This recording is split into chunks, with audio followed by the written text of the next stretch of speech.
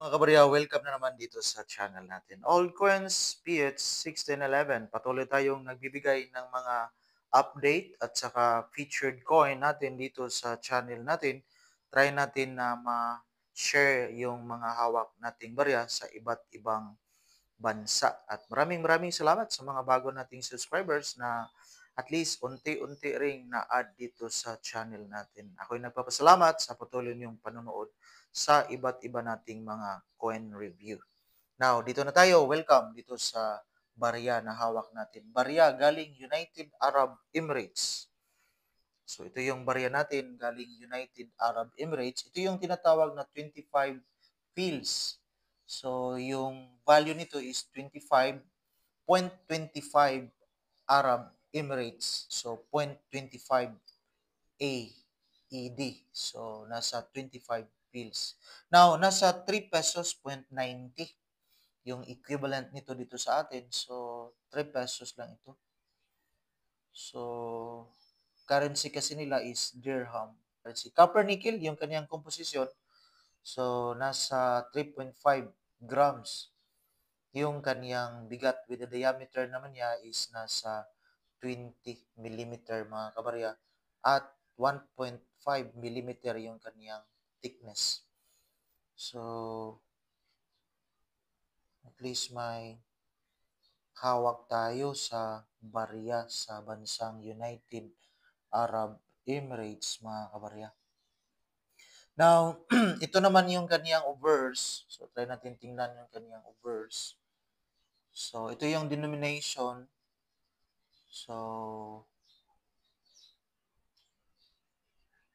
ito nga yung kaniyang denomination. So, denomination in Arabic surrounded by name of the country. So, ito yung denomination with name of the country.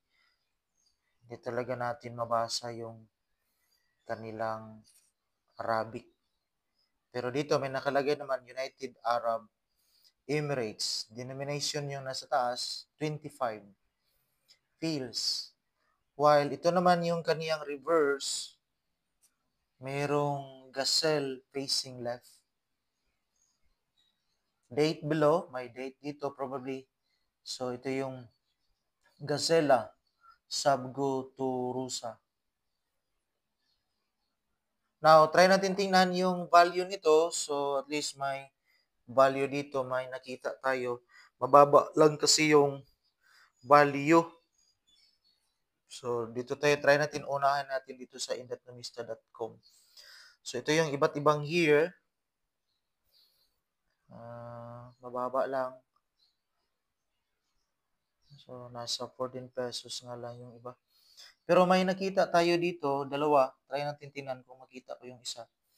So, dito kay Carousel PH, yung year niya is 1989, United Arab Emirates Fields Coin, $3, Singaporean dollar, 0.90. So, over 3 months ago. While dito may isa tayo na nakita kay eBay. So, dito kay eBay, $1 US dollar kay eBay. So, may offer na buy it now. So, depende na rin yun mga kabarya pag may nagkagusto sa ganitong klaseng barya. So, at least, may hawak tayo sa mga barya. Lord willing, sana i-allow ng God na makapunta tayo sa iba't ibang bansa rin. At least may mahawak din tayo ng mga barya galing sa kanila. Maraming salamat and God bless.